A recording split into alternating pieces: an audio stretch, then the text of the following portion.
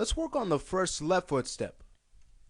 We'll bring our control curves back and bring our camera around, select the left foot, and begin. Let's go to our perspective and graph view as well. And we want to start off with our raise ball and raise toe channels. So let's get those selected and hit F to frame their keys. And what we want to have happen is the foot start rolling off at around this time where the leg is locking up. So once the at about the time also where the right foot is planting, that foot's going to start rolling up. So we need to work on that. What we'll do is go to frame 5 and we'll key both our raise ball and raise toe channels for this foot roll. And at about frame 11, let's actually have the foot now roll up on the raised toe some, so we can get some leg bend in there like that. And then we'll also bring up the raised ball for the foot roll. So here's what we get now when we scrub through. We get this nice foot roll. Excellent. And now we could even hit F to check out our keys. Alright, great. So the foot's going to be up, basically risen on about frame 14, so we're not going to want any value in on our raised ball. So we can go ahead and put that value of 0 there, and also drop our raised toe for that same reason. Okay, so we'll drop that some. Excellent. And now we can work on that foot sweep as what we had on our, or foot swoop as what we had on our right foot. So on frame 14, we'll also key our raise heel. Let's get that selected, and we'll focus in on it in our graph view. And by about frame 16, let's go ahead and put a value in of 0 for the raised toe, and we'll raise up our raise heel just slightly. Okay, so here's what we're getting.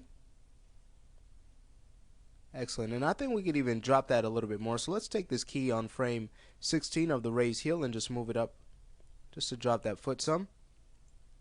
And the foot plants on frame 17, and we'll have the raised heel drop on one frame after. So frame 18, we'll put in a value of 0 there. Great. So now we're getting this nice footstep if we hit play and check it out. Starting back from the beginning, hitting play. Great. So we can adjust our tangency from here. On the raise heel, we'll break the tangency, select the left half, and middle mouse button, click and drag down. Okay, and then we'll get a better view in here to check our arc and make sure we'll get a nice feeling of weight in that foot plant, and we sure are if we go ahead and hit play. Excellent.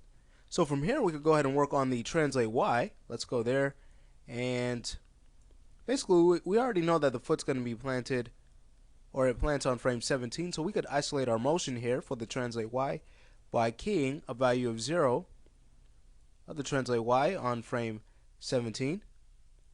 And then on frame 14 we'll have the foot raise. Remember, not much at all, it's just a small step like so. Alright, and with that key there, we could select that key on 14, hit F to frame this region, and get a feeling of weight by breaking the tangency on frame 17 and lifting up the left half. So we get this arc, and when we hit play, great, we're getting a nice feeling of weight in our footstep. Excellent. So with that there, let's go to our translate Z and fix this up. So again, we'll just take this key on frame 11, move it one frame down, frame 10, okay, to fix the time in which the foot's moving forward. And then also to fix the forward motion of the foot, let's go to about frame 15, and on that frame we can have the foot move up some, a little bit more. Okay, and we don't want it higher than this key, otherwise we'll get something where the foot moves up and then it comes down when it plants, comes backwards when it plants, and that's not going to happen. So with this key here on frame 15, we'll just adjust it so we get a better flow out of the animation. Excellent. So if we hide our curves and hit play to check out our footsteps, here's what we get. Great. We're getting a pretty nice footstep. So let's even go ahead and render a play blast to check out how our motion's looking. So we'll find a view where we can really see our results and see if we need to make any changes. How about from this angle? Here it is. Alright, great. So we're getting a really nice left footstep now.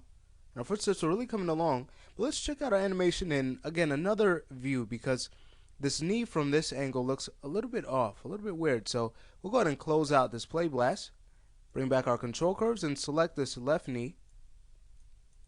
And let's go ahead and scrub from the back. And notice, okay, so here's where our problem is. We're getting this issue where the pole vector is staying right there in the leg, and that's causing the leg obviously to have a weird bend here around the knee. So we need to fix that. On frame 11, let's go there and just move the control forward. Okay, and a little bit to the side. And we could even check out our keys in our perspective and graph view. Alright, so our translate X looks good and our translate Z is fine. If we go ahead and check that out. Alright, so now we'll go back to our perspective and scrub through to see if that fixed our issue we were having, and it sure does. How about the right foot? How does that look? The right leg. Okay, so that's looking pretty good. Alright, well, again, we see the importance of making sure we check out our animation in more than one view.